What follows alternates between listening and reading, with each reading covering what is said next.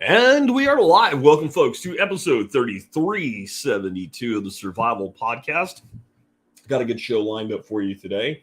We'll start out with a quick reminder about TSP-23 and why you may want to come, and why, if you want to come, you better be ready 0930 Central Standard Time Saturday morning.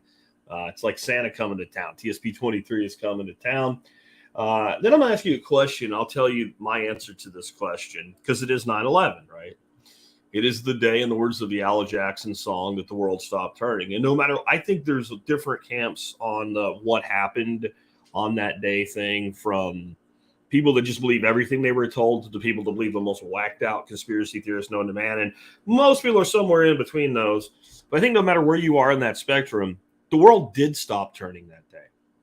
No matter why you think it happened, the fact that it happened has, I think, cemented it in the minds of anybody that was old enough. I said in the notes, if you're over 10, and maybe if you're younger, but if you're over 10, I bet you can tell me exactly where you were when you found out and what the next couple of days are like. So I think it's always good to learn from history, especially history that's in our own personal lives. So we'll talk about that a bit today. And I'll tell you why there actually is a link between, if you've never heard me talk about it before, this event and the Survival Podcast, even though that happened in 2001 and the Survival Podcast didn't begin until 2008. As far apart as that is, it's really the genesis of the show. Next up, got a question on grow lights for microgreens, and it was a really complex question. I got a really simple answer. Don't worry about it, but I'll explain what I mean by that when we cover that. Now, the president or CEO of a company called Gotham Greens says CEA is here to stay. It's a pretty long article with an interview with him. I'm not holding up Gotham Greens or this dude as an example of anything, but I do agree. What is CEA? Controlled environmental agriculture. Growing indoors, growing in a greenhouse, in this case, growing in completely inside with lighting, whatever. That's all of it is some form or another of controlled environmental agriculture, because everything has to have an acronym today. CEA is here to stay. But I'll tell you why I agree, specifically with the types of things that Gotham Greens are growing, which you might imagine are greens. And I know there's people that don't like this. I'm actually not talking about it today from the perspective of whether or not I think it's a good thing.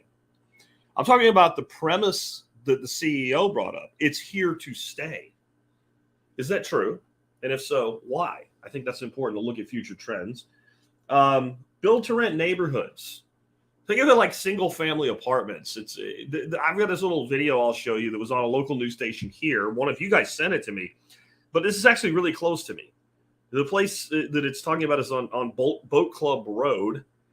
I don't know exactly where this place is, but I know where Boat Club Road is. It is less than 10 minutes from my house. Now, what part of Boat Club Road this is on, I don't know, but I think you'll find it interesting. Basically, you will own nothing. It's an entire development of luxury housing. You can't buy one. They're all centrally owned and then rented out as rentals. I think we're going to see more of that too. You will own nothing, be happy, live in the pot, and eat the bugs. Unless you're rich, then you'll own nothing and live in the house that you rent. I think that is the plan. Then I had a question on meat glue. Sounds gross.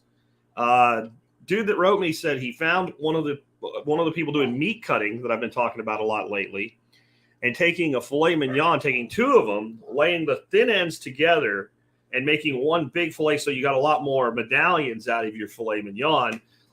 This is one of the videos I suggested you look for, these types of videos, where it was put out during the height of the COVIDs, and restaurants were trying to survive. And this guy was showing you, like, this is how you reduce the waste out of the most expensive cut of meat you're going to buy for your restaurant. Well, the guy says, like, I remember you covering pink slime years ago, and that was pretty disgusting. Is meat glue the same, like, just as disgusting, or is it safe? Would you eat something with it? I'm going to tell you why many of you, if you're like, no way, man, I wouldn't eat any meat glue, you probably eat it more often than you think. You probably eat it more. You ever eat those little crab legs? They aren't really crab legs. They're like a bunch of white fish put together with some red food coloring on it. Like, you know, if you go get sushi and you get a California roll, how do you think they hold all that together? I'll tell you why. The product itself is not really that big of a problem, okay, in of itself. But if you were going to use it or eat something with it, you may want to know that it was done for a very specific reason.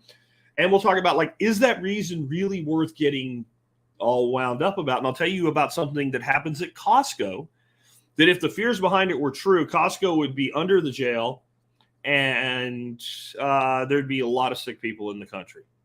And it has nothing to do with meat glue, the Costco thing. But the two things go together in a way, where sometimes I think we worry too much. And then somebody asked me, what is Basturma? And have I ever made it? I had not made it. I did not know what it is. I do know what it is now. I will share it with you. And hell F yes, I'm going to make it. In fact, if it comes out really good, maybe I'll make some extra and we'll have it at TSP-23. I'm going to go get me some big old eye around, and I'm going to make me some Basturma. This just looks amazing. This is like Biltong 2.0 or something, right? It's pretty amazing looking. And William is hitting on the meat glue thing, but we're going to hold on that, William. But for those that are in the chat or watching the video, what he's hitting on is a big piece of what I mean. Many of you are already eating it. All right, so let's talk about first and foremost, TSP-23. Just a quick reminder, yes, we are doing it again. TSP-23 will be the best workshop we have ever done. I am so jazzed about this. Steven Reisner, who will be batting cleanup, last presentation on the last day, on the same day that Nick Ferguson and Matt Powers are presenting, the same day that we are doing a biochar workshop. He just sent me his PowerPoint deck for Korean natural farming. Holy, this dude, his presentation is probably worth the cost of admission as long as the food went with it alone. This is going to be awesome. Remember, I'm also making sure every paying student will get a copy of Jim Shockey's book, Call Me Hunter, autographed by Jim and numbered TSP-23, number 1 of 60 or whatever it ends up being. And once we get the class set up and ready to go, I will probably then give you a week. Anybody that wants to order a copy of that book that's either coming here or you have someone who is coming here to pick it up for you, because I'm not shipping it. I'm paying for a giant case of books to be shipped from Houston to my house one time, and that's it. So I'm not reshuffling anything. But if you want a copy of it, it's going to be the only way to get that book. And I got a deal with a local bookshop down in Houston, Jim's agent and Jim himself, to make this happen. It took a little effort to make it happen, but I thought it was really worth it. Those of you who also remember, right after I did Jim's interview a couple weeks ago, I did Miles Lugose's interview and his book about the reality of what things are like behind the combat lines, what it's like to be a soldier or a Marine in that situation. I was trying to get both of these books for the workshop. Miles's book is not being released until the week after the workshop. But when that book gets released, we will set up a way, if you want a signed copy of it, to get a signed copy of Miles's book shipped straight to your door. That'll be a little bit different than the way we're going to do this. So I just wanted to let you guys know that. All right, so let's dive off the deep end. Where were you 22 years ago when the world stopped turning? I remember it well. What I've found is if I ask any adult or anybody that was an adult or even an older, like teen, even teenager, whatever, that question today, they always remember. I think in a lot of ways it was for like our generation. Some of you may be old enough that you would remember this one when Kennedy was shot. Kennedy being shot for a whole group of Americans was the thing that was lasered into their brain. On this day, I was right here when I found, and I'd say before that, it was probably Pearl Harbor, December 7th, 1941, that people remembered exactly where they were when they found out it. And not every day that's like that tends to be, doesn't always have to be something bad. I think most people that were, adults in 1969 can tell you where they were when Neil Armstrong first set on the moon, foot on the moon. There are things like that etched in our brain. Now, for me, where was I? I was on an airplane. I flew from Philadelphia to Pittsburgh, Pennsylvania that morning. It was a beautiful morning. And I still to this day have no idea if what happened had any connection to radio chatter or anything that was going on. But I know that I was landing at about almost exactly the time the first plane was hitting the first building. And so we were coming into Pittsburgh International. We were on I think it was like a smaller jet. Wheels touch down. You get ready to feel the brakes, and instead, power up. We took back off. Could have had nothing to do with it. I have no idea. Plane made a circle, landed. Sometimes they just call planes too close on top of each other, whatever, and they do that. So I went out, and it was one of those times like nothing. It never works like this in an airport. You never have it work like this. Like you get off the plane, you walk to baggage claim, immediately the baggage thing starts running. First bag out is mine. Pick one bag, short business trip for a week. Pick my bag up. Head outside. My sales rep that we're going to do sales calls sitting in his van, waiting to pick me up. Get in the van. He puts Howard Stern on the radio. We pull out of the airport. By the time we leave the actual airport entrance, we're already hearing reports about World Trade Center being hit. And at first, I think most people hearing it on a radio especially were under the impression it was probably a small aircraft. It was probably an accident. We were literally joking about it at that point. And I feel horrible now to think that I was joking about it, but I didn't know. We were talking about some guy got drunk at his Cessna or pissed off at his stockbroker and jumped in a Cessna and smashed into this building. Well, as we're driving, we continue to listen to this, and it becomes apparent pretty quick. This is not an accident, we still thought it was an accident, but this is a big plane. And this rep and I are talking. This guy's name was Matt, and we're talking about it. We're saying that how does an airliner accidentally hit a skyscraper in 2001, right? Like, and then as we're driving, we hear another plane hit the other World Trade Center building. And I look at this guy, Matt, and I say, you know what this means, right? He goes, it means we're at war. We then heard about the Pentagon being hit, was kind of the next part of the day. By now, we're on the phone, both of us, calling every person that we have meetings with and knowing it's just not going to, like, this is too big of a thing. It's not going to happen. And so we cancel our whole day. And he's like, we got to go find out what's going on. So we went into we went to my hotel that I was staying at, and they had a pretty big bar at this hotel.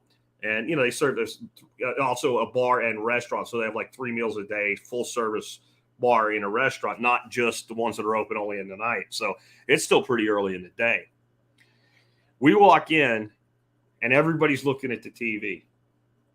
And to give you kind of the timeline of how long that all took, as we walk in, down goes the first building that fell. And everybody just stood there.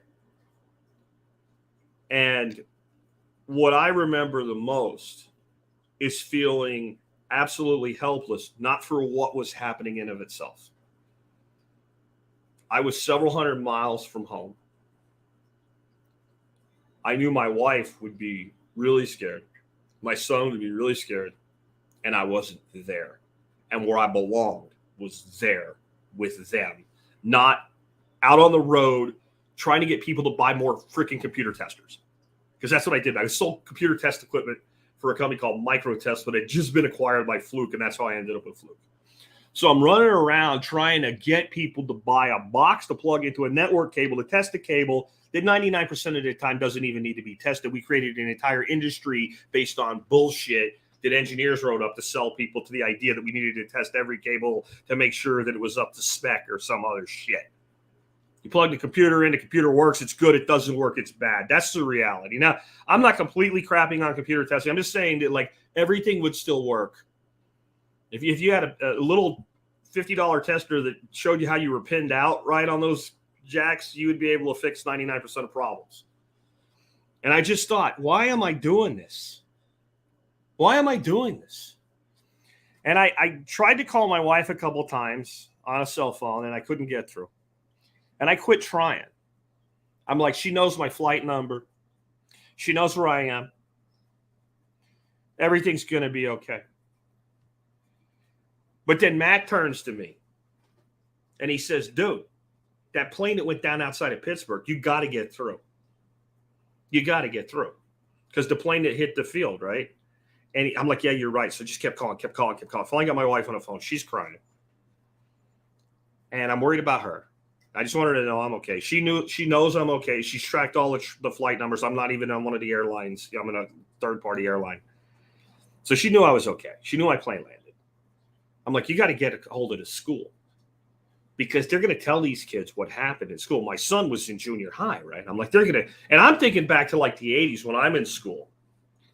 And when the Challenger blew up and they wheeled TV sets into our classroom and put it on and showed it to us. And I think this is my frame of reference. This is what I think is going to happen. And my kid's going to hear a plane in Pittsburgh and he's going to lose his shit. So she finally gets through to the school. The people at the school are inherently rude to her and say, well, we're not telling them anything. Okay, you don't have to be a dick about it. Hence, my ongoing hatred of the public school system. And I ended up stuck there for like 3 days. I got with my travel coordinator about 3 days in and said, I got to get home. And it was really hard to get rental cars, especially one way, because everybody was doing it. She's like, we do enough business, they'll do it. So she gets on the phone, calls back. And my rep takes me to Pittsburgh Airport to pick a rental car up there, and I got to drive it to Philly, and then I got to get from Philly home to my house, right? Because I left my car in Philadelphia, so there's two major airports here, and so I drive, I do all that, and the most eerie thing. Remember, we had all stop on flights for like a week. In one day, I'm in two of the largest airports in the country, Philly and Pitt. Not a sound, completely quiet. I get home, and here's how it's connected to TSP. I immediately knew, even though I stayed another almost 3 years with that job, this is not going to be my future. I built a fire pit with my son and decided when I was home, we were going to spend quality time. That next spring, I put a garden in because it was already September, obviously. Started growing my own food again. And that pathway led straight. It's a long path. It was 7 years. But it led right to here. And it wasn't about, the world's going to end. There's going to be a global war, whatever. No. It was, this is not how I want to live my life anymore. I don't want, when something like this happens, because stuff like this happens, I don't want to not be there for my family. And that's what 9/11 will always be for me personally. There's the larger implication, the lives lost, et cetera, the horrible wars that we were sold into that had nothing to do with this shit. So, yes, that matters to me too. But what it means to me personally is that story. And I think that most people out there have a story like that about 9/11. And I think it's just a good time to tell those stories to each other. All right, let's move on. So government, as we learned with 9/11, never lets a good crisis go to waste. And the Democrat mayor of New Mexico, or the governor of New Mexico right now, is doing the same thing. So apparently there was a shooting in Albuquerque.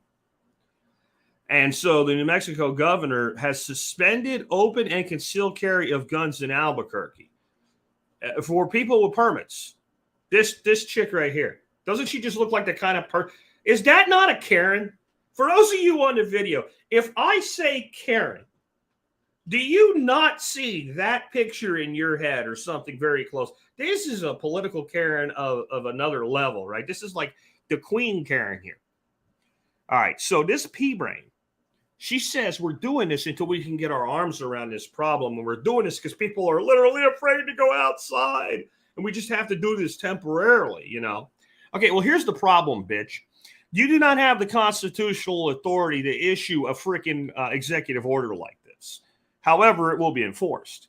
So there are already gun rights groups that are suing over this. But this shows the liberal lunacy of this stuff. Okay, so wait a minute. So somebody goes out and shoots people for whatever reason. They're angry. They don't like what color they are. They don't like the shoes they're wearing. They're angry. They're crazy. Whatever it is. And you're going to pass a law that says, okay, Nobody can carry a gun so that everybody will feel safe. For 30 days in Albuquerque and the county that Albuquerque is in, it does not affect the entire state of New Mexico.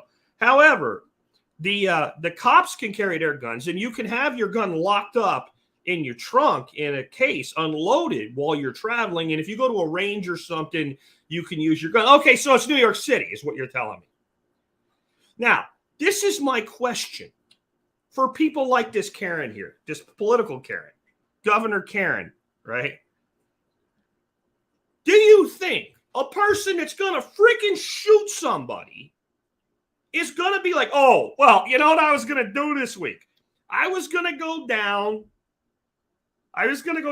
Albuquerque and I was going to shoot some people. But Governor Karen says I'm not allowed to this month. So, you know what? I can't do it now. This kind of stuff.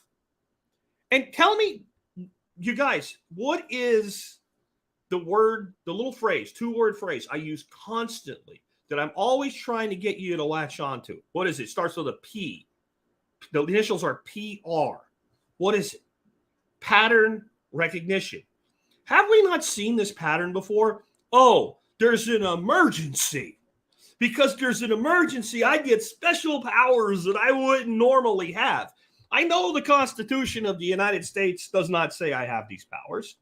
And the Constitution of the state of New Mexico does not say I have these powers. But I'll just magically say, based on fairy dust and health emergency, a health emergency. That's what Governor Karen says. Governor Karen says it's a health emergency. I'm not doing it as a gun control measure. I'm doing it for public health. Guys, this kind of shit's going to keep happening more and more. It really is. This is going to be, how many things have they claimed were health emergencies? Right? Think about the whole COVID fiasco. The president issues an order that you cannot evict somebody for not paying their rent in the middle of the COVIDs. What do they declare it? A health emergency. There's no constitutional authority for this whatsoever. No constitutional authority for this whatsoever, but it's a health emergency. The number one way they're going to come after your guns going forward is health emergencies. Health emergencies. They now have this shit on medical forms. You go to a doctor. Do you have any guns in your house? Are they properly stored? You're my friggin' doctor. I came to you because I got a case of the shits or whatever. You're asking me about my guns. And, you know, I don't always agree with Glenn Beck, but sometimes he says some really, really intelligent things. And I remember back when these forms started coming out, I saw a little snippet of him. And he was saying the way that you answer those questions is, do you have any guns in your home? No. And in your head, that you need to know about. There are none that you need to know about. This is ridiculous stuff. And they're going to keep pressing this button. There's two things that they're going to do for this gun control shit. One is they're going to continue to brainwash the youngest among us, especially in their indoctrination centers known as schools. You have to understand how many kids, school-age kids, live in absolute terror that there's going to be a shooting at their school. Now, if you're a kid in America today, you're more likely to drown than get killed in a freaking school shooting. You're more likely to die in a bus accident going to school than you are in a school shooting. The odds that something will happen to the individual are incredibly low. But you know how the mind of a kid works. In fact, the less they see of the threat and the more they hear of it, the more horrifying the threat becomes. Somebody asked Stephen King once, again, not my favorite person, but admittedly a gifted author, how do you touch fear in people? He said, when you were a kid, you were scared of the thing that was under your bed. You didn't know what it was, and that made it more horrifying. That made it scarier. Your mind can make something scarier than it ever would be if you knew what it was. Okay?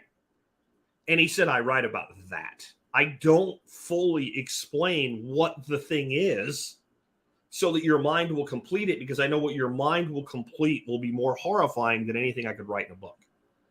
This is mental manipulation propaganda 101 by governments. You set up a threat, and then you don't actually define it or explain it. You make it ethereal and open-ended. And then you keep ramming the threat, and people become horrified, and they will allow things to happen that normally wouldn't. Because I'll go back to the COVIDs for a second.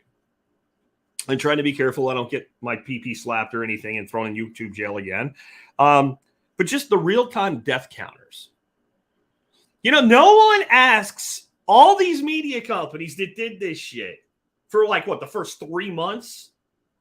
Hey, what happened to those real-time death counters? Where'd those numbers come from in the first place? How did you know in real time? Remember the number, and people go, oh, okay, salami, baloney, bowing down, kissing the ass of big government. We'll do anything you say. We have to. We'll stay home, flatten the curve, wear a face diaper, all of it. It all came from, Star Wars, right? The emergency powers. And what did the Emperor say when he took power? As soon as this crisis is over, I'll give the power back. No one ever gives the freaking ring of power back. It has to be taken from them. Yeah, so Karen, New Mexico's Governor Karen, is banning the Second Amendment just for a month, just in Albuquerque. I'm going to be following this one. I don't follow a lot of political shit, but it's going to be interesting to see how the courts handle this. Now, my guess is, with this being in Albuquerque, it's kind of difficult for a gun rights group to pick, and New Mexico as a whole, to pick a place where they can get a judge that would be friendly to their side. And so an emergency injunction that stops it cold could happen, but I'm not betting on it unless you got somebody that's just going to do his job or her job as a judge, whether they like it or not. In the words of Gorsuch, if you're happy with every decision you make as a judge, you're not a very good judge. So if that happens, then, it's definitely, it is, but it will probably come and go in that 30-day marker before the courts settle it. And I think it is a trial balloon for Dems. What will the courts have to say about this? Can we use this? Can we get a precedent here? Low risk, it's just New Mexico. If it doesn't work, it doesn't really set us back. But if it does work, we can get it to work. Now, I'll tell you how bad this is. Everybody know who David Hogg is? David Hogg. There I was, minding my own business when there were bullets going all around my head. Bastard wasn't even in school. He's now a college-educated young man. Went to Harvard for 4 years. Gun rights activist. Most of us loathe the little lying maggot. We do. You know what he said on his Twitter? You can look this shit up. He said, I'm completely for gun control, but there is no such thing as a health exception to the Constitution. One of the most radical, left-leaning gun activists on the planet said, this is not constitutional. And that's why I'm going to pay attention to it. Because if they get away with it, it's a level of kangaroo court we have not seen before. And that's not good. And I think you're about to see, I think there's a lot of people on the Trump train that know how weaponized the justice system has become and think because of that, the orange man shall prevail in all of his court cases eventually, if not directly, but with appeals. Don't you bet on it. Don't you bet on it. We are very rapidly getting to the point here where law enforcement and the justice departments, whether it's the federal justice department or the individual state justice departments, are getting to a point where they can do nothing for you, but they can do plenty to you. And it's a very dangerous place to be in a society like ours. And in some ways, our government going full totalitarian is much more horrifying than, let's say, it happening in a place like Russia or Brazil or whatever. And the reason is because of how successful we've been. The resources these people have are virtually unlimited. They're virtually unlimited. Where many other nations, the totalitarianism is limited inherently by the resources the government even has. Because even in some really totalitarian nations, that shit might hold up in their big cities and all, but you go out in the country, nobody gives a shit. And they know they don't have the resources to control it. So they just kind of pretend it's not there. This government, yeah, I think you're better off in a rural than an urban area, but the level of misery that they can inflict is insane. And it is really the kangaroo court's the only word I got for it. Let's go on to something a little more practical. So I got an email from a guy. I'm not even going to read it because it was very long and it went into a lot of technical specifications. And his wife and him have a cabinet they've purchased, and they're going to grow microgreens in it, and they need grow lights. And he gave me like 12 different kinds of grow lights and all different kinds of specs and how much power draw. Stop it. First of all, let's address this question from a standpoint of you want to grow microgreens. You don't even need really good grow lights to grow microgreens. Microgreens don't even really need lights until like the last day or two. So most of your microgreens, you actually do the majority of the growing where they're stacked and there's no light at all. And then when they're almost done growing, you put them under the lights and you green them up for a day, 2, 3, something like that. So we can use plain old shop lights to do microgreens because we're not actually growing the plant out, and the plant is getting the majority of the nutrient that it needs for that amount of growth is coming from the seed itself. So within a seed is a variety of micronutrients, depending on what that plant is, that plant needs to grow. So just like, let me think of it this way. Why can we buy a baby chicken and have it shipped to us in the mail? And the chicken hatches and it dries off, and then the next morning the chicken goes in a box, and 2 days later, it's been 3 days since this chicken hatched. It shows up a peeping box at our post office. We go down and pick it up. We bring them home. Usually you lose 1 or 2 here and there, depending on how many you bought, because shit happens. But even if they hatch in your backyard, you tend, out of 20, 30 babies, you have some losses. You feed them, you give them water, and everybody goes on about their life. Well, they do that because within the egg itself is what this chicken needs to grow to a certain stage. And that chicken it doesn't eat and drink while it's in the egg. And when it hatches, it has about 48 to 72 hours of nutrient and moisture, assuming nothing bad happens to it, right? If nothing bad happens to it, like it's not sitting out in 100 degrees or something, or 210 degrees. They actually like 100 degrees. As long as they don't get dehydrated or something, they're fine for 2, 3, even some of them 4 days. Well, seeds are like that. Seeds have if it needs selenium, there's selenium in the seed. This is why seed oils are the devil. I won't get into that today, but like canola oil and shit like that, no. That is the devil. But when we look at things like sunflower seed, and you look at the nutritional profile, well, the reason there's so much nutrition in there, that nutrition is not for you. That nutrition is for the next generation. It's a battery of nutrient. So microgreens are drawing mostly on that nutrient battery. So we don't need to grow out. Now, if you want to do other things, right? If you want to start actually growing stuff out, you want to do hydroponics or whatever, then we need some good grow lights. But we don't need to go stupid expensive. One of my favorites, I've recommended them forever, Barina. I have a link in the audio notes for today's episode right next to this bullet point.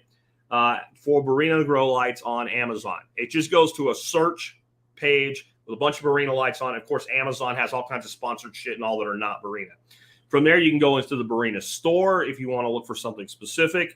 I recommend for most instances 2 or 4 foot grow lights. Those are the most common dimensions that seem to work well for the projects people build. But I mean, they make them 8 feet long. They make them 3 feet long, etc. Right now, I'm using, see right here, it says purchased June 3rd, 2023, right? This particular set here is a 6-pack of 3 foot, 500 Kelvin, daylight white, full spectrum plant lights. $90, 6 of them. You know what I'm doing with them? Why I bought them? I have all kinds of hydro systems built. I'm not even running any of them right now or whatever. So why would I buy more lights this summer? Well, a really good aquarium light for my 40-gallon aquarium, my new Planet 40-gallon aquarium, is like $80 to $90 for one light. That aquarium needs at least 2 because it's fairly wide. I actually have 3 of these that I'm growing aquatic vegetation using these instead of an aquarium light. And I'm having better results with these than I've ever had with a dedicated aquarium light, because all it is the full spectrum there, and is there enough brightness for the plants? So I'm just going to say, here's your easy button answer. Use Barina lights and don't worry about things. Just don't. Unless you're getting into something really complicated, some sort of weird orchid or some shit that needs, like, has to have virgin thighs caress it to grow right or something. Just use Barinas and move on. And I will say this. Barina is basically an OEM manufacturer. There's some shop in Taiwan, making all this shit, and Barina's just slapping their name on it, and they have a pretty nice product array. I recommend them because I have used them, and everybody in my audience that's used them are happy. If you find other lights that are similar in form and format for a better price, and you look at the picture and they look the same, they probably are. They probably are. But what I'll say about Barina is if you have a problem and you email them your problem, they will fix your problem. That's another reason I recommend it. It will be in Chinglish. It will not be the easiest thing to read, but they will fix your problem. So use Barina lights and go on with your life. But if you are doing microgreens, understand that old school shop lights like T5s, right? Like, that's all you need. John Dowie, who runs Dowie Farms, that's what he started with, was old school metal cheap shop lights. And it worked fine because, again, we're only greening up. But if you're buying new lights, so that's more if you have them, go ahead and use them. Don't be afraid to use them. If you're buying new lights, there's too much value, reliability, energy efficiency, etc., in these LEDs to not use them. And Charlie here saying Barina 8-foot LED white lights work great for shop, garage overhead lighting, digital fluorescent. I'm telling you, I've got lights like this. Now, I don't buy the dedicated grow lights for shop lights, but these LED lights are cheap. We actually had to unplug some of it. It made the shop too bright. So I ended up putting them in zones so we could turn on different zones when we want to. We actually climbed up on the ladder at the last workshop and unplugged some of them because they were just too bright. They're just too bright. Anyway, moving on from there, again, just use Barina. We're in the same vein here.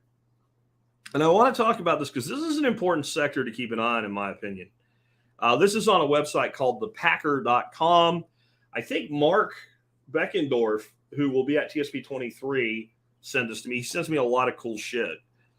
And it's, again, the title of the article is CEA is here to stay, says Gotham Green's chief executive officer. And this is a really long article because it's an article and then it's an interview afterward.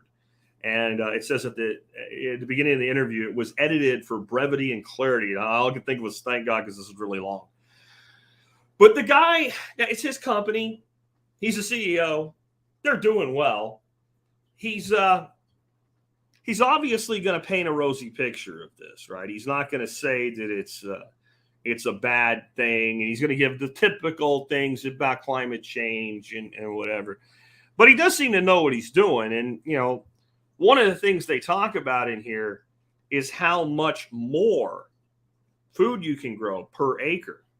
And it's as much as 70 times the amount of food per acre. Now, this is the best case scenario for the indoor growing and the worst case scenario for the outdoor growing.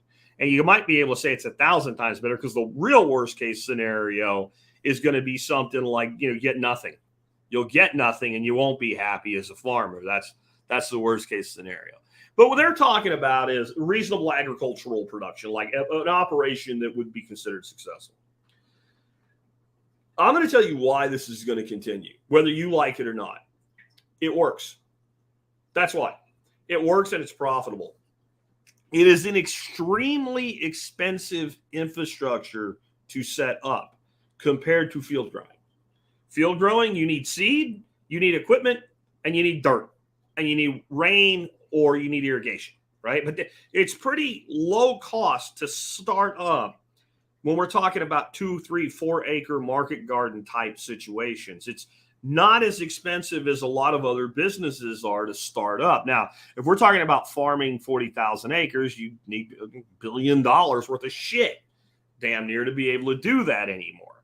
But in these cases, you can definitely spend a hell of a lot more money on, let's say, a 2-acre greenhouse situation like this than you would to start a 2-acre farm. However, what does it get you? How does it benefit you once you figured that out? Number one, the production. Let's call the production 20x. Let's just take his extreme example away. Say it's 20x. So I have 2 acres. What would I need to produce 20x of 2 acres without something like this? Well, 2 times 20, 40 acres.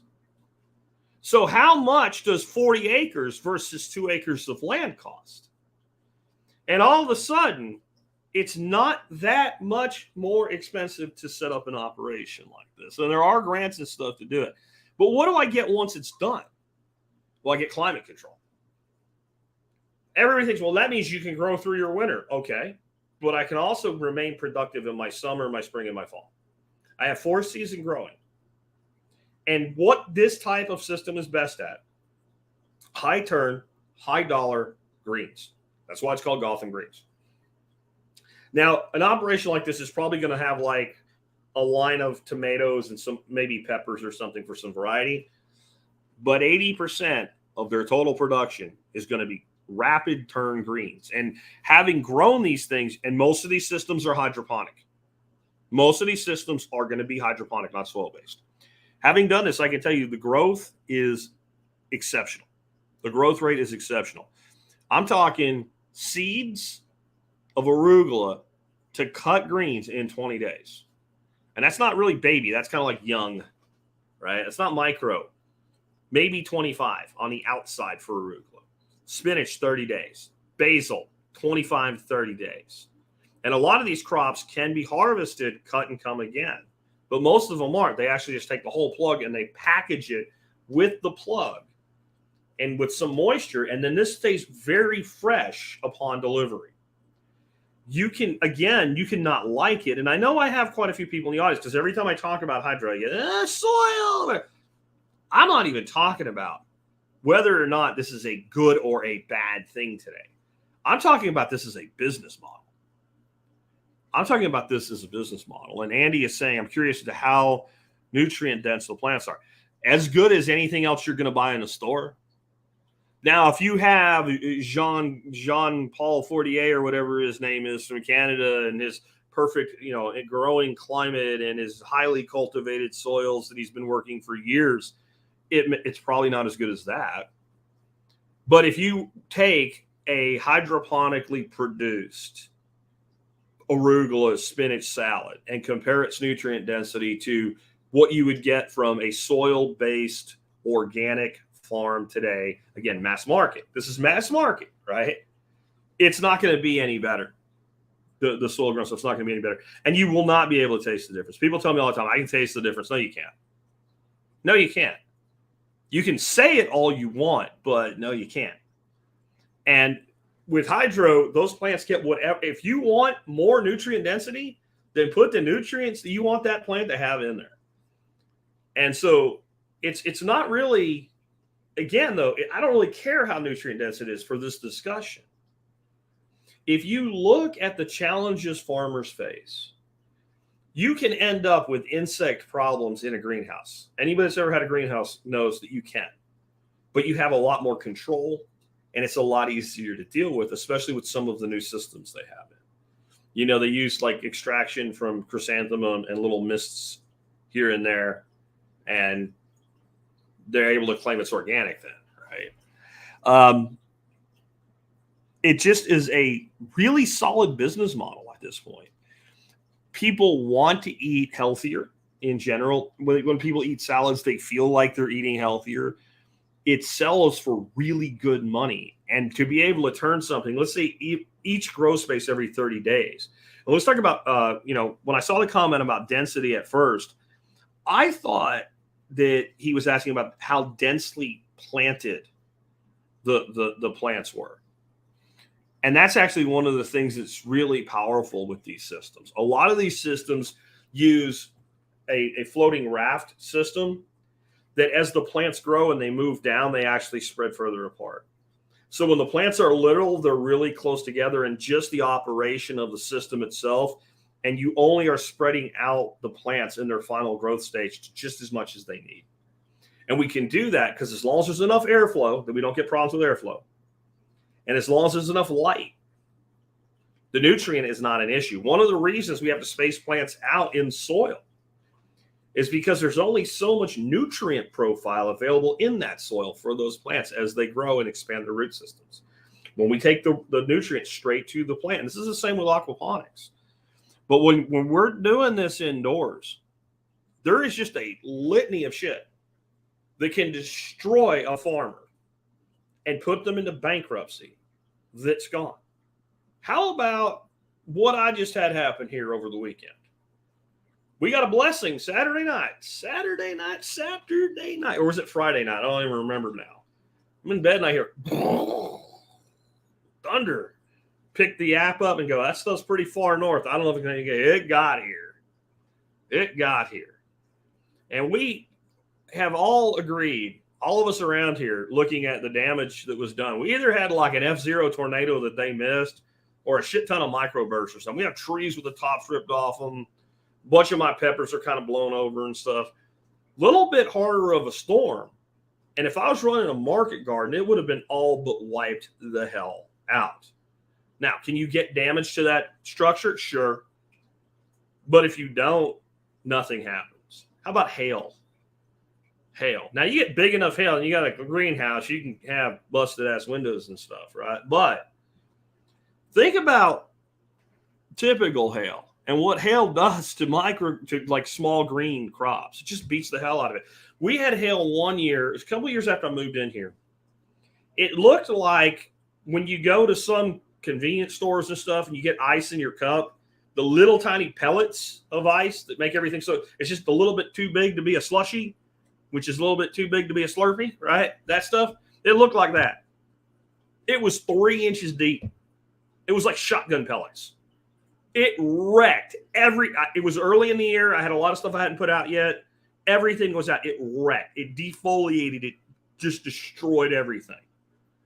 So when you start looking at that, you get one real dry spell. And even with irrigation, you have problems. You get temperatures above a certain degree, and plants can't access certain nutrients. Well, these systems, what they do, they put in these basically giant evaporative cooler walls. So we've probably all been to like the feed store or whatever, and you go in, you feel this cool air blowing on you in the vestibule, and you look, it looks like a big fan with a bunch of cardboard on it, which is pretty much what it is, and water's going across cardboard. They basically put entire walls of that shit up to cool. They have automation that, like, when it gets to a certain amount, too much sun, like a 30% shade cloth will roll out. And if it gets too much more, it'll like roll to a 40%, and it's all automated. In the winter, they have basically canvases that come and hold the heat in. This isn't going anywhere. This is going to keep getting bigger. Now, for every one successful operation, there'll be 5 that fail. That's farming. But it's going to be, it's a sector to keep an eye on. And if you want to go into business like this, especially small scale, it is the way to go. We've all seen the farms that are completely indoors, built inside a shipping container, and the amount of production that comes out of them. I personally think the way that they do those, most people would be far better suited to do something on their own. But indoor hydroponic and aquaponic growing is going to be something that we are going to continue to see grow and develop and be successful, because it gets rid of so many of the problems that are conventional with agriculture. So I wanted to cover that for you. And I think it's a really interesting article, and it will be a link in the audio notes for you if you want to take a look at it and give it a read. Moving on, I want to show you this. Again, there's a road called Boat Club.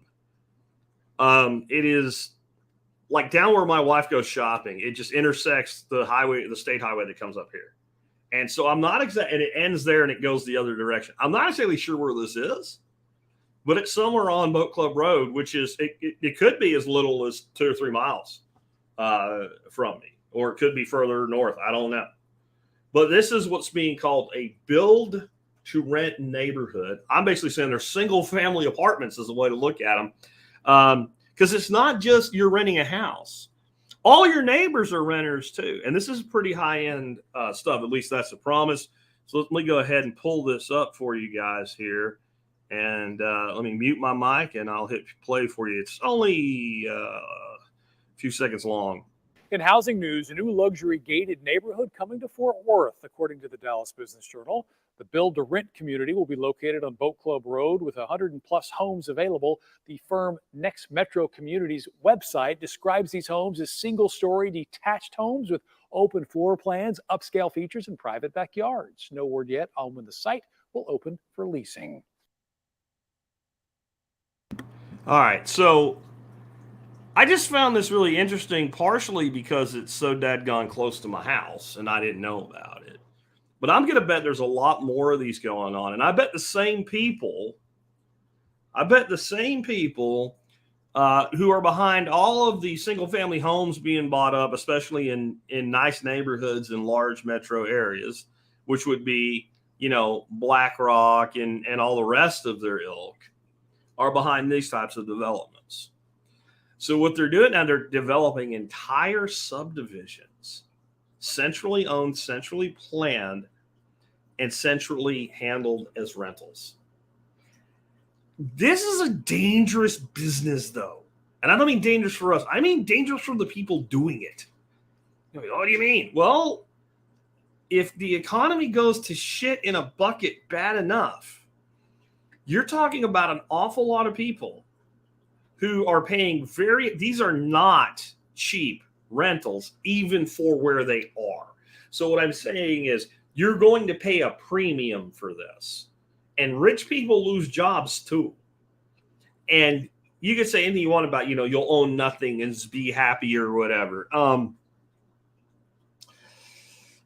There's a lot of people that are like, hell the hell I will. And there are plenty of people still buying houses. And there's not a lot of houses actually available right now. I think there's something like 440,000 houses on the market nationwide right now. Or that's the number that was the case a few weeks ago. There might be more now. Don't hold me to it. And so there is some stuff still propping the market up.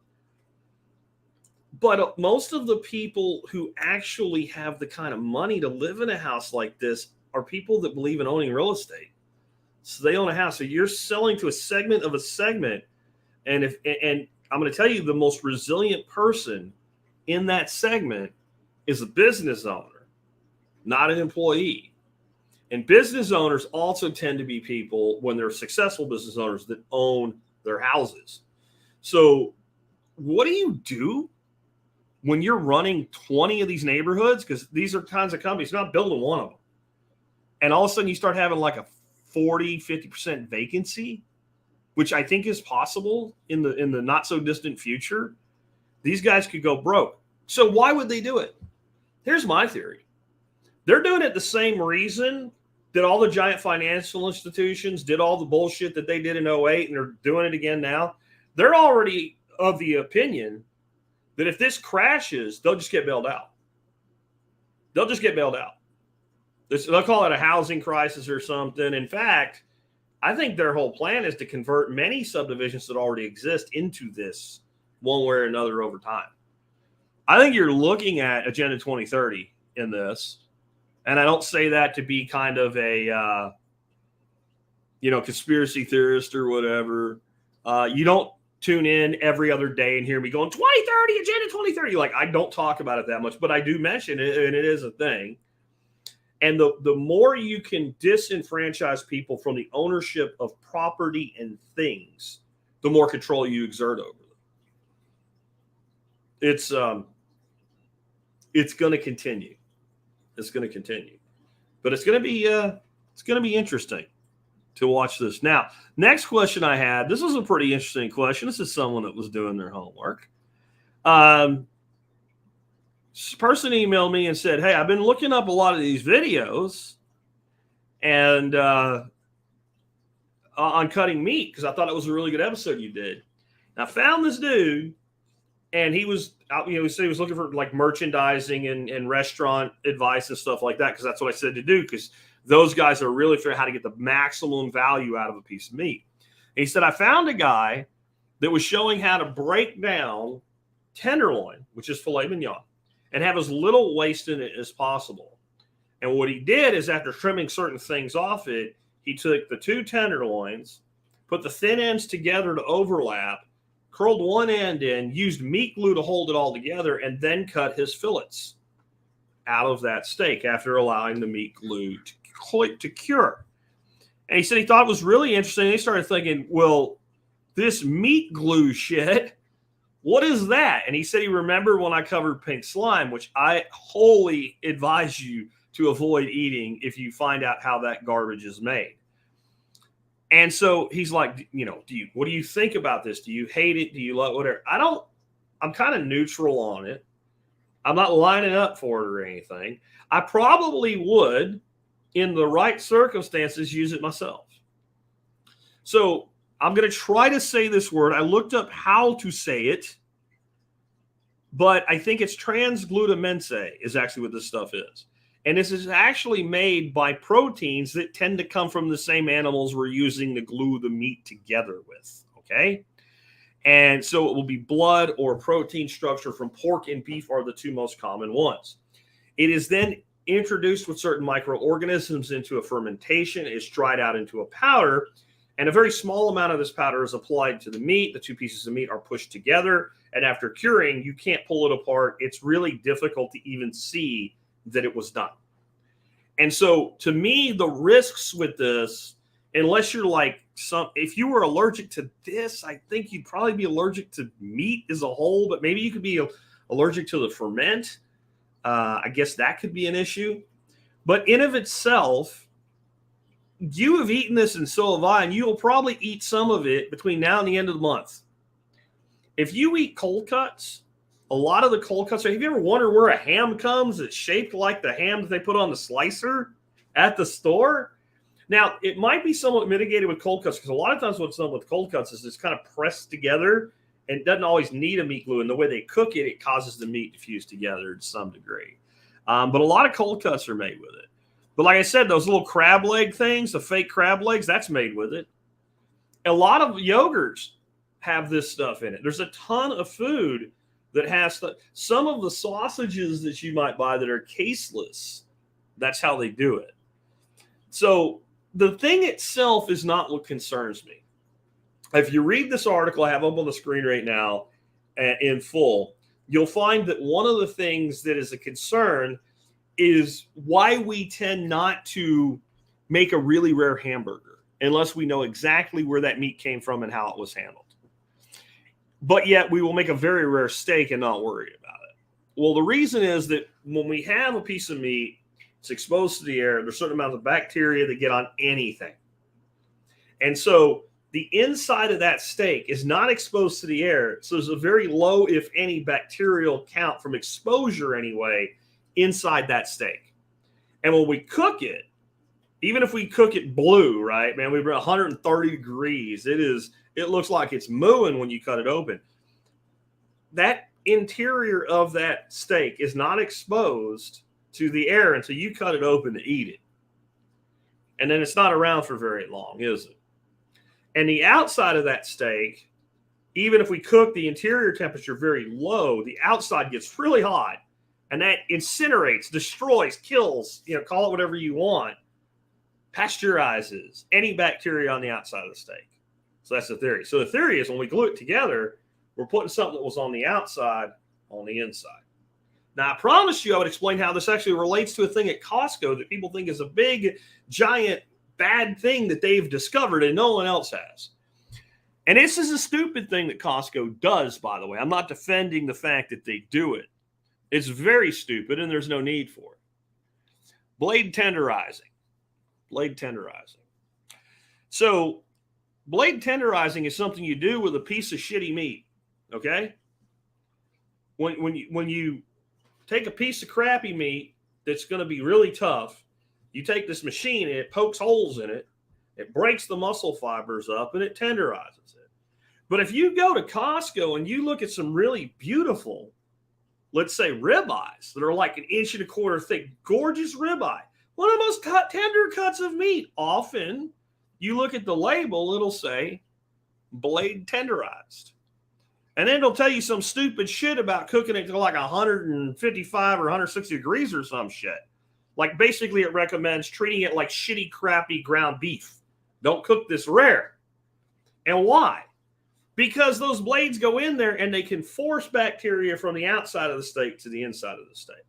Now, here's the thing. Every day, literally millions of people buy ribeyes and New York strips and shit like that from Costco. They take it home, they cook it medium, and nobody gets sick. Or like I said, the lawsuit that Costco would have received by now would have been something attuned to what the freaking tobacco industry got handed their asses to them with in the 80s. It would be that bad. You've never met anybody. You don't know anybody. Man, went to Costco, got myself some New York strips, brought them home, cooked them to 135 so they were beautiful, ate them, and ended up in the hospital that night from some sort of food poisoning. For all of the talk, nothing happens. And this is because, in general, the way meat is handled in our country is actually pretty good. Now, what they're feeding the animal, how they treat the animal, etc., not so much. Chicken, less so. But beef, the way beef and pork are handled, from a processing, packaging, transportation situation, is actually really damn good. Now, good is a subject. I'm talking from a safety standpoint. I'm not talking nutrition. I'm not talking health. I'm not talking care and treatment of the animal. I'm talking you eat the food, you don't go to the hospital the next day. That's all I'm saying. And so this idea that if we glue two tenderloins together and cut it, that we're ending up with some kind of toxic ick, no, it would be fine. Now, but understand, why would a restaurant do this? Why would a restaurant do this? Because when I go to a restaurant and I order a filet, I expect a medallion or two. I expect two because I eat a lot of meat and they're not that big. Two big, thick, beautiful, medium rare, almost mooing medallions. Maybe a piece of bacon wrapped around it, whatever. I don't actually order that very often because I actually think the filet is overrated. It's very tender, but it doesn't have the flavor that something like a ribeye or a porterhouse does. But I appreciate it for what it is, but that's what I expect. It doesn't have to look like that to taste like that. So if you didn't want to use meat glue, you could literally take and do the same thing that guy did in that video. I tried to find that video. I couldn't find it in my history. I know exactly what video you're talking about. You could take butcher's knots and tie that whole thing up with butcher knots and string, and you can cut your medallions and you can cook them. And when you're done cooking them, it'll kind of fall apart where that was. It won't stay stuck together. It won't matter. You won't care. And if you're sous videing, I would just take the ones that had to be tied, and I would put those in my cryovac machine, and I would sous vide those. And they pretty much will stay together on the sear after the fact with that. In fact, I personally, whenever I do cook filet, I always cook it sous vide because I do not ever want the damn thing remotely overcooked. So you could do that. You could also use the smaller pieces of meat in a different way because it's still filet.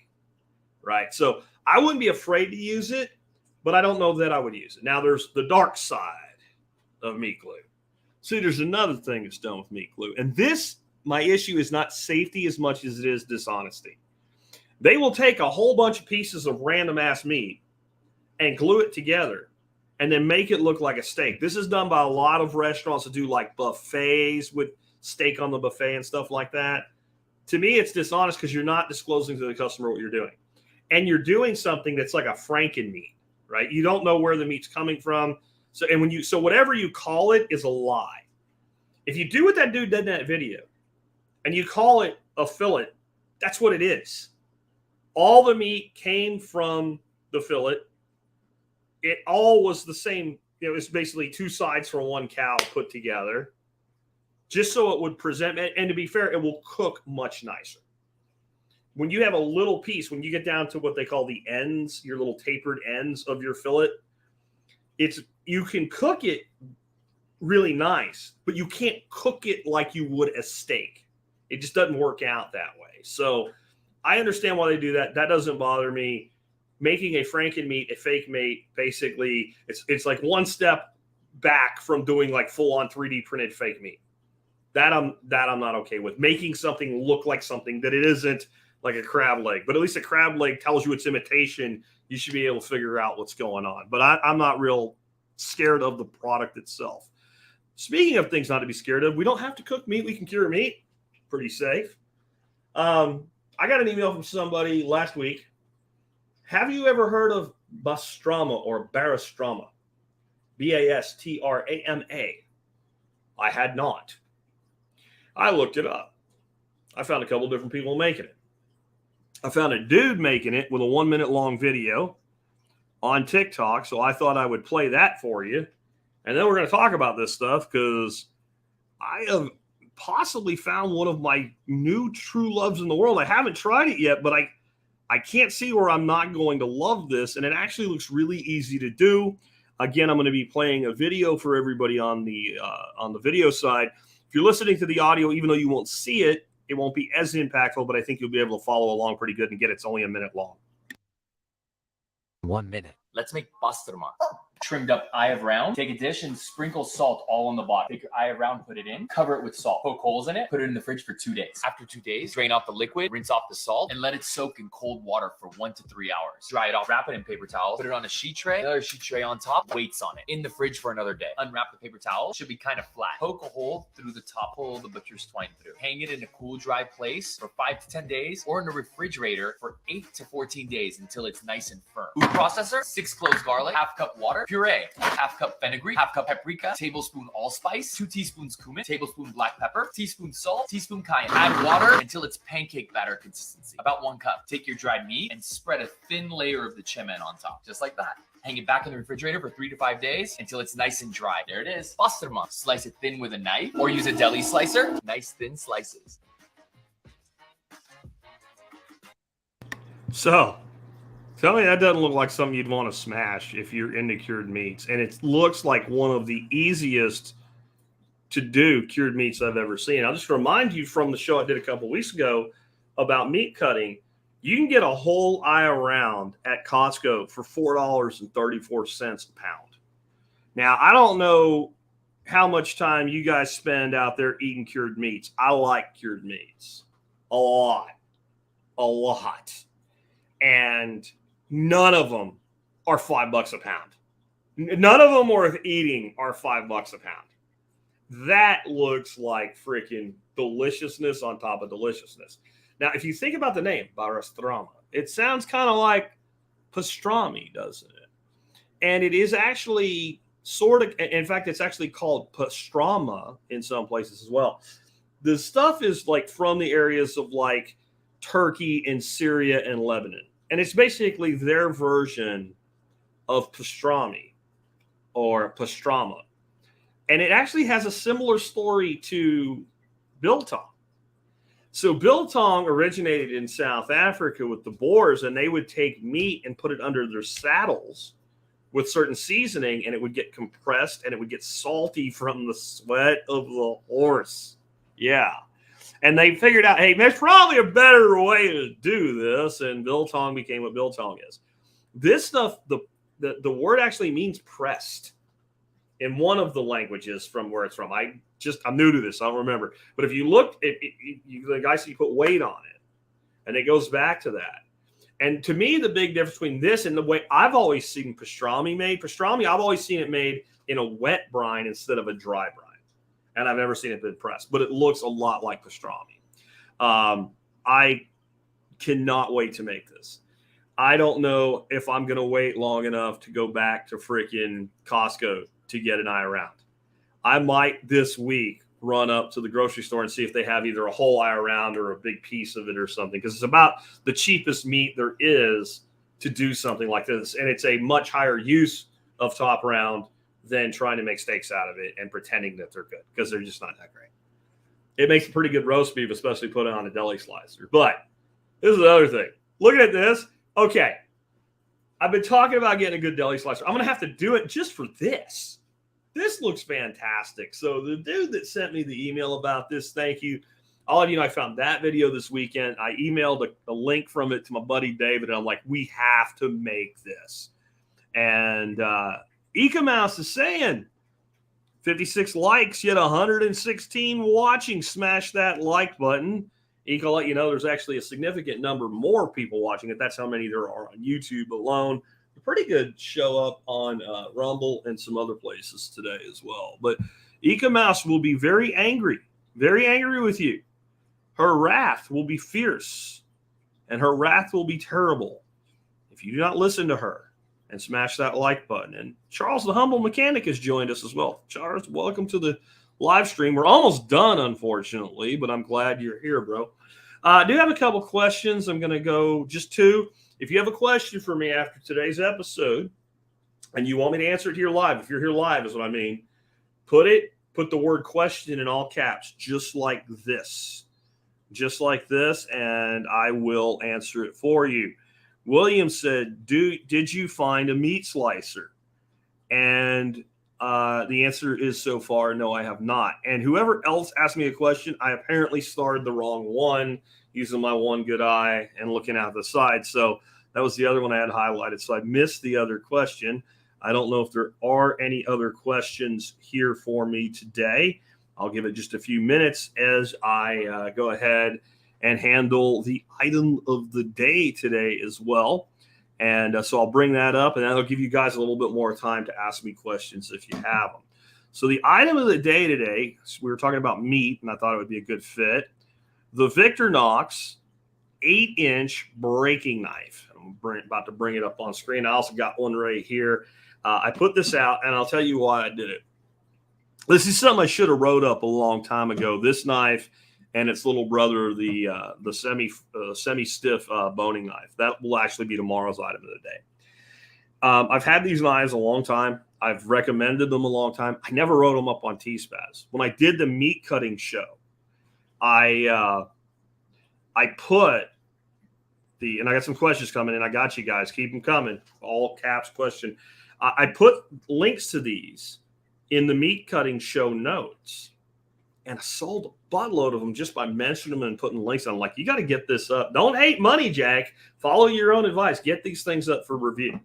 But I wanted to actually show you guys, and I do have a video where I go deeper into these knives.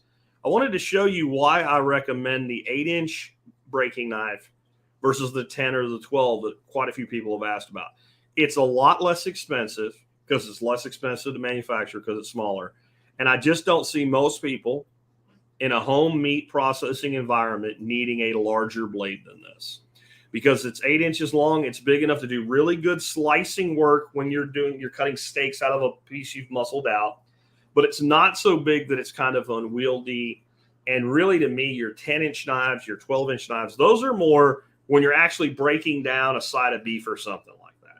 And what most of us are going to be doing at home is we're either going to be buying a primal or sub-primal from a warehouse store and bringing it home, or we're going to be breaking down something like a lamb or a smaller pig or a deer or something like that. And the larger blade is just not necessary. If you want one, by all means, get it. But definitely, let me tell you, if you get yourself one of these and you start cutting meat with it, you're going to understand why this is the knife professionals use for this task. More than anything else. I put the video I put up this morning. There's already a guy said that he went to school to learn how to do butchery in 2000. And they gave him one of these knives, a 10-inch steak knife, and the boning knife I recommend in 2000. When he went to school, that's the knife that he gave him. If you go to one of the most well-known people for doing meat cutting videos on the internet are the Bearded Butchers. Really cool guys, by the way, totally worth following. You go to their site and you look at the knives that they actually sell. They sell this knife with a wooden handle for more money. I put my write-up, if you want to pay more money for the wooden handle, go ahead. I really like this Fibrix handle for meat cutting. When you're cutting these big pieces of meat, shit is wet. Your hands get slippery. This stays. In fact, when this gets blood and stuff on it, it actually gets stickier. So definitely check these out if you haven't gotten one yet. If you process your own deer and you don't have one of these, wait till you get one. You get this and the boning knife I'll bring you tomorrow, and you won't use anything else. And when it comes to like actually breaking down, like taking your back legs off and disjointing and taking your hawk off at the joint and all. This is it. This is all you need. I can actually process a deer with a pocket knife if I have to, but it's just a lot more convenient. This swept blade is also beautiful for when you're taking that large amounts of fat off the outside. It does a great job of that. Definitely check this thing out. All right. With that, let's go ahead and answer a couple questions and wrap up. I had a few come in, and Mike says that sucker looks a lot bigger than 8 inches. No, it's 8 inches. I got pretty big hands, I guess. So it's an 8-inch blade. So the full length of the knife is more than 8 inches. It's 8 inches from hilt to tip. All right. And by the way, get a freaking sharpening steel. If you do not own a sharpening steel, please. If you value your knives in your kitchen at all, get a honing steel, learn how to use it. Remember, these things don't make knives sharp. What they do is keep sharp knives sharp longer, and so you have to go less time in between doing full-on sharpening stone type sharpening. All right, so let's see what we got here. I think 3 questions came in. No, one is the same one. Did I find a meat grinder? So there's 2. Liberty Garden, how come Japanese tea gardens don't use edibles or fruit trees? I don't know. Maybe because they're tea gardens and they're designed for growing tea. But isn't there a lot of things that grow fruit that actually make good tea? Roses grow hips, and petals and hips both make good tea. Interesting. Blackberry leaf actually is a great black tea substitute. Goji berry leaf is a great tea leaf, and you can ferment goji leaf or blackberry leaf to like a black tea as well. So I don't know. I don't know why they don't, but I don't think that we have to be bound by anything that anybody else says when it comes to our gardens. You want a Japanese tea garden with a mandarin orange tree in the middle of it, assuming the climate's right, and you want to grow your other stuff, go for it, bro. Builder Castle says, what is the percentage possibility you would put on you will have to move your growing greens or more business because the Department of Making You Unhappy says get out? Actually pretty low. I think your biggest problem with establishing like a greenhouse operation is getting it up and going. But once it's done, of all the things the Department of Making You Sad has jacked with, that's probably been one of the least is people growing food. Boy, in Europe, they sure seem to be working really hard on putting farmers out of business. In America, we seem to be moving more toward conglomeration, but the segment of society that the government seems to be going after in the ag world is meat production, not greens production. And the environmental groups, and I'm not talking all the environment, the big ones that steer policy and all, they love indoor growing. They think it's fabulous because it's more production and less damaging on land. And it really does do agriculture the way we do it to produce large scale crops is an environmental catastrophe. It is an environmental catastrophe. Meat production, it's funny. Like if you do meat production the right way, it's the most restorative and regenerative agriculture you could do. Perennial tree systems with grazing lanes and paddock rotation grazing is the most environmentally regenerative, not even sustainable, regenerative thing you can do. And it's the thing that they're waging war on because it's not about the planet. It's about a compliant, sick, and willing to go along and get along society. It's about making us batteries in the matrix, guys. You can't make $1 billion a day in the pharmaceutical industry with a society that's not sick. Have you ever thought about, for all the shit we give the pharmaceutical companies, how sick do we have to be as a society for them to be as powerful as they are? I mean, how did anybody live 50 years ago before we had all these new drugs? Every time I say this, they've lengthened lives. Have they really? I'll give you that some of the infectious diseases that we develop vaccines for, and I know there's always every vaccine's bad person. You just believe whatever you want. But if you go back and you look at things like smallpox and all, yeah, that they did that. I'll give them credit for that. And we've done as much for health and wellness with engineering as we've done with medicine. In fact, I would say more. The number one reason people don't die of malaria in the United States is, one, hydroxychloroquine works for malaria. But two is that we don't even have a lot of people using it for that, because we don't need it for that, because the engineering solutions that we have made the type of environment that makes the malarial mosquito a real problem in society not. Doesn't mean there ain't mosquitoes. It doesn't mean nobody gets bit.